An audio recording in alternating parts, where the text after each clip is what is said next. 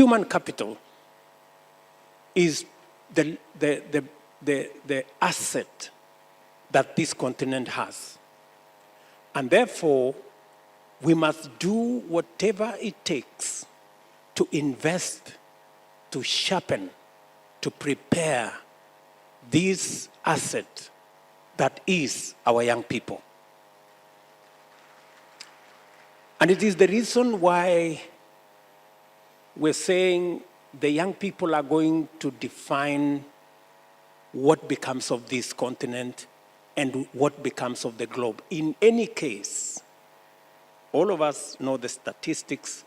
By 2050, a quarter of the world's population will be living here. And most of them, 70%, will be young people. And therefore, we must make every effort to invest in these young people.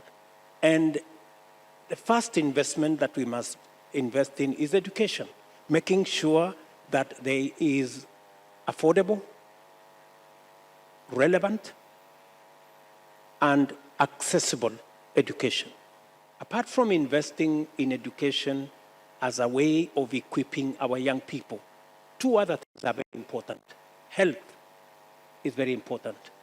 And it is the reason why in Kenya, we are scaling up promotive and preventive health and taking it to the bottom of the pyramid. And finally, on the subject of youth, it's not just important for us to provide education and to make sure that we have healthy young people. We must think through.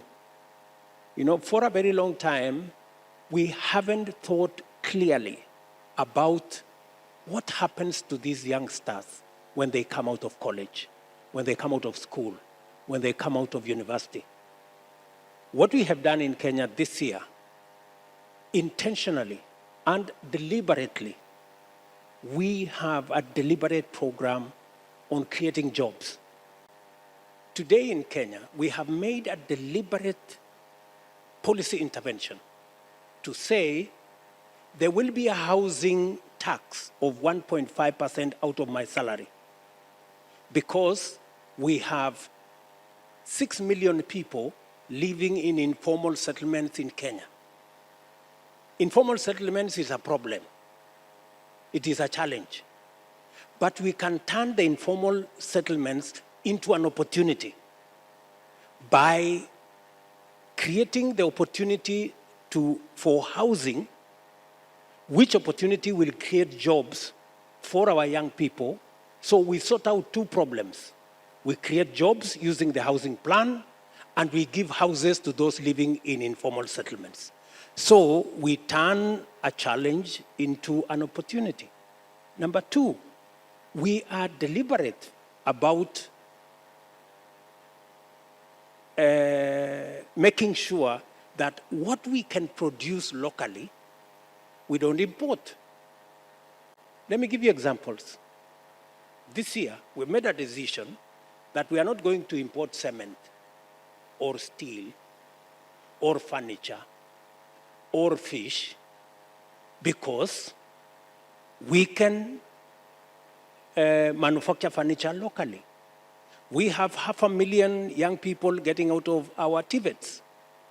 If we don't have a policy intervention that says furniture is manufactured locally by our young people, we will continue to import furniture from all manner of places, and our young people are idle. So that's why I'm saying we must be deliberate about creating jobs locally. That is how we are going to stop our young people from getting into boats. I would not entirely agree that we should keep everybody at home. I mean, we live in a global village. I mean, if there are opportunities in America and we have young people who can explore those opportunities, why not? Or in Europe, or in other places. That's fine with me. But they must not run away because we have failed to provide opportunity at home. And that is why I am saying we must be deliberate. We must be intentional about creating opportunities for young people in our economies. You know, the problem we always have is that there is an assumption that somehow, after a young person gets out of school or college or with a university degree, they will somehow figure out some opportunity, or somehow the economy will create some jobs. I promise you, I have been in this space for a while now. Opportunities are deliberately created. Otherwise, they will not be there.